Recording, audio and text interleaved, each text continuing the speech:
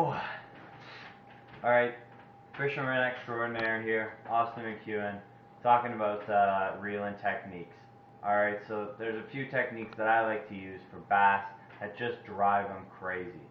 Alright, so if you're using a hula popper or a frog bait or some type of surface bait, you can use pause and retrieve. Alright, that works for jitterbugs, hula poppers, weedless frogs, topwater jig heads, anything that floats on the surface, that works great.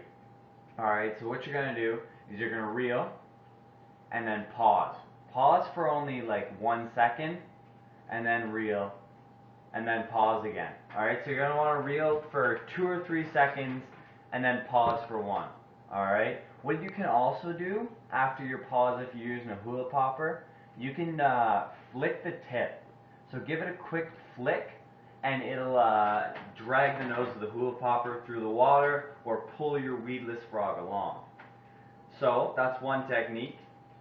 Actually, two techniques there. So you got your pause and retrieve method, and then you've got your pause and retrieve with a rod flick. Okay. Next thing we got is our for slash baits. You can use walking the dog. So you tilt your rod to the side and you reel at a pretty steady pace while flicking your rod tip back and forth. Alright, this works good for slash baits, crankbaits, any surface water baits. Depends on where you are though, because I find that in the Grand River it doesn't work as well. But Gull River, Black Lake, Moore Lake, Miners Bay, Balsam Lake, that's all working great there. So slashing, only on a crankbait though, medium depth, deep depth. So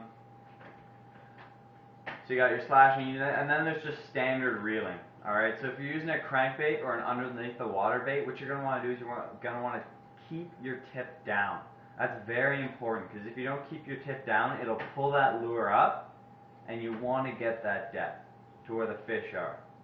Alright, so a couple of techniques. We got our pause retrieve method, so stop and go. We got our stop and go with a quick flick of the rod tip.